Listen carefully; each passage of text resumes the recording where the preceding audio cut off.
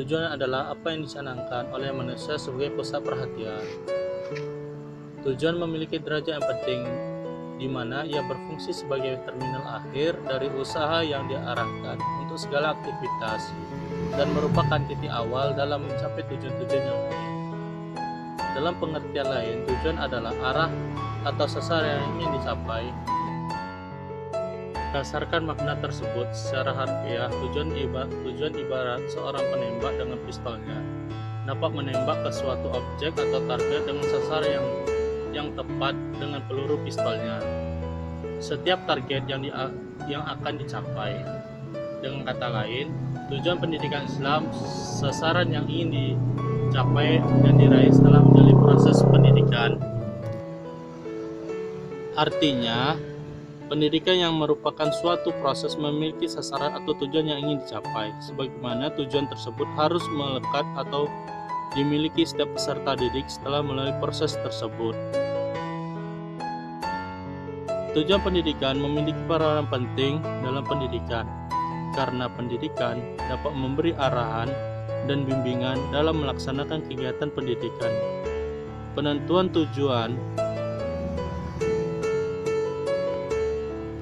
tujuan pembelajaran menjadi penting, tidak hanya untuk memastikan sasaran yang ingin dicapai, tapi juga dapat memberikan arahan kepada guru dalam memilih atau menentukan materi pembelajaran. Perspektif Al-Quran dan hadis tentang tujuan pendidikan Islam.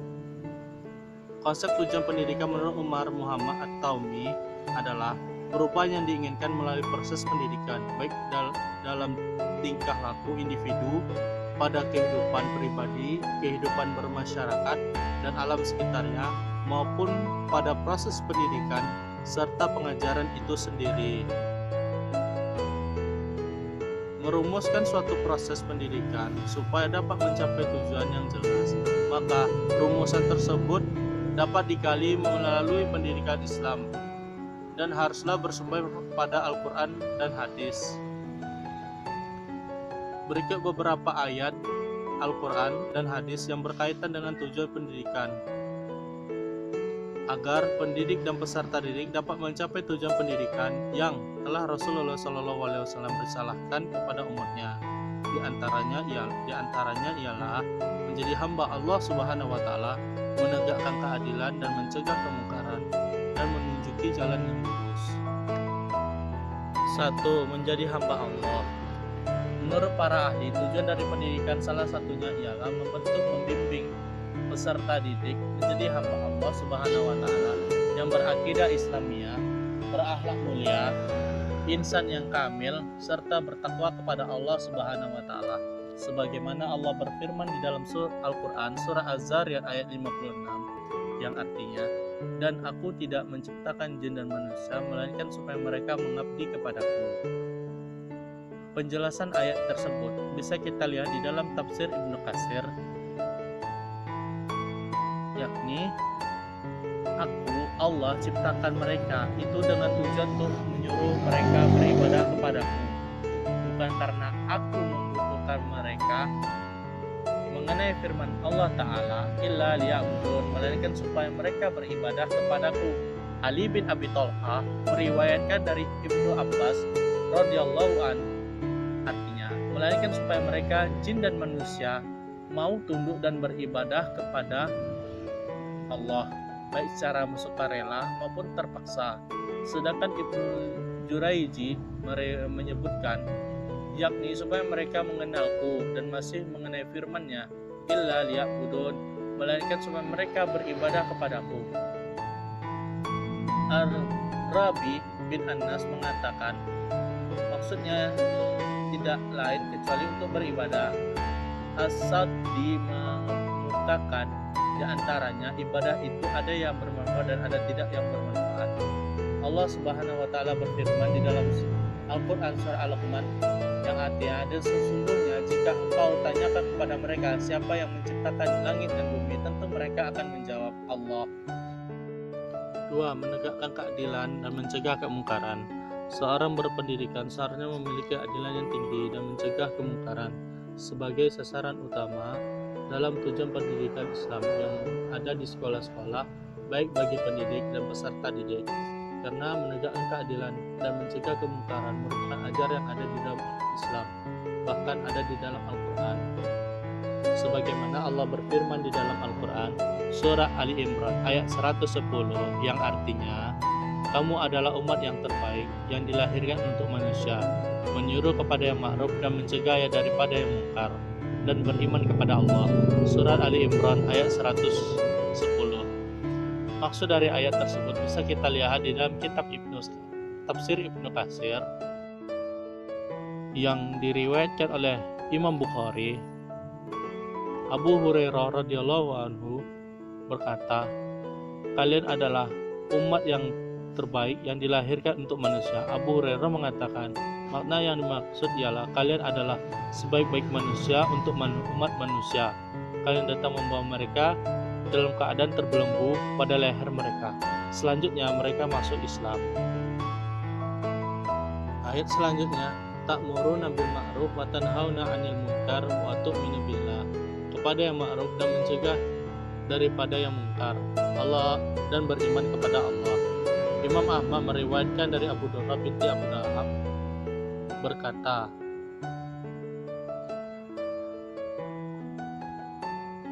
dari Abdullah ibnu Umairah dari Durrah binti Abu Lahab yang menceritakan seorang laki-laki berdiri menunjukkan dirinya kepada Nabi Muhammad SAW yang saat itu di atas mimbar.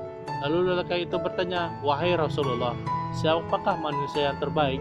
Nabi menjawab, manusia terbaik ialah yang paling pandai membaca Al-Quran dan yang paling bertakwa di antara mereka kepada Allah, serta paling gencar dalam melakukan amar ma'ruf nahi mungkar terhadap mereka, dan paling gemar di antara mereka dalam bersilaturahmi.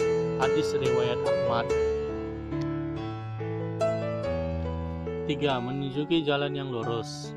Sebagai seorang manusia, terutama muslim, sudah seharusnya menunjuki jalan kebenaran atau lurus kepada semua makhluk Allah Subhanahu wa Ta'ala, terutama manusia yang sering lalai dan lupa. Dan sudah seharusnya jalan kebenaran itu dipraktekkan, diberitahu, ditunjuki, dibimbing bagi mereka yang tersesat di jalan Allah, dan membimbing mereka ke jalan yang Allah sukai sesuai perintahnya. Sebagaimana Allah berfirman di dalam Al-Quran, surah Al-Maidah ayat 15-16, yang artinya, hai ahli kitab, sesungguhnya telah datang kepadamu Rasul kami, menjelaskan kepadamu banyak dari isi Alkitab yang kamu sembunyikan, dan banyak pula yang dibiarkan. Sesungguhnya telah datang kepadamu cahaya dari Allah dan kitab yang menerangkan. Dengan kitab itulah Allah menunjuki orang-orang yang mengikuti keredaannya ke jalan keselamatan, dan dengan kitab itu pula Allah mengeluarkan orang-orang dari kegelapan kepada cahaya yang terang benderang dengan seizinnya, dan menunjuki mereka ke jalan yang lurus.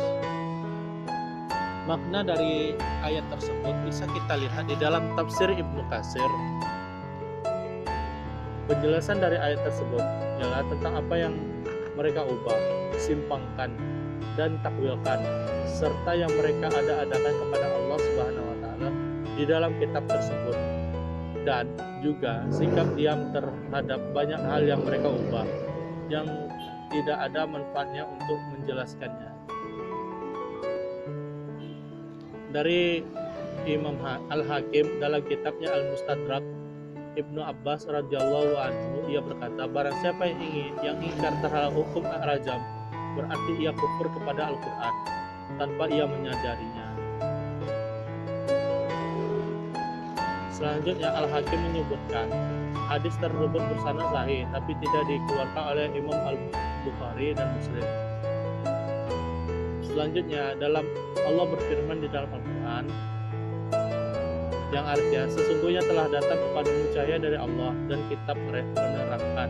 Dengan kitab itulah Allah menunjuki orang-orang yang mengikuti keridhaannya ke jalan keselamatan, yaitu jalan kesuksesan dan jalan keselamatan, sekaligus sebagai jalan untuk beristiqomah. Di hadis Rasulullah SAW juga menjelaskan tentang menunjuki jalan yang lurus. Dari Abu Hurairah radhiyallahu anhu, ia berkata, Rasulullah Shallallahu alaihi wasallam bersabda, barang siapa berjalan di suatu jalan untuk mencarimu, niscaya Allah akan memudahkan baginya jalan ke surga. Hadis riwayat Tirmizi. Syekh Muhammad bin Sahalih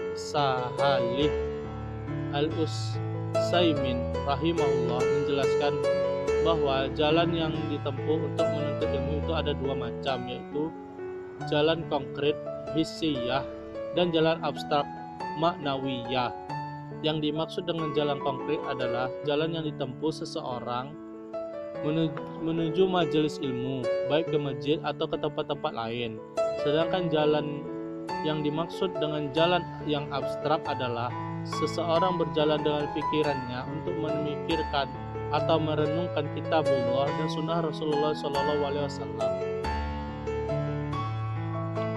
baik dengan mengkaji Al-Quran dan hadis Rasulullah Shallallahu alaihi wasallam dengan secara langsung, mempelajari tafsir-tafsirnya dan mempelajari syarah-syarahnya dari hadis tersebut.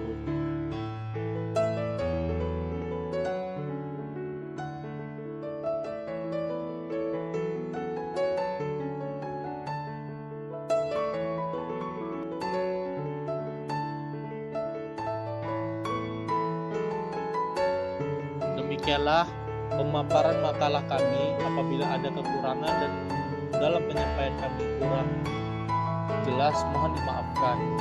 Demikian dari kami. Wassalamualaikum warahmatullahi wabarakatuh.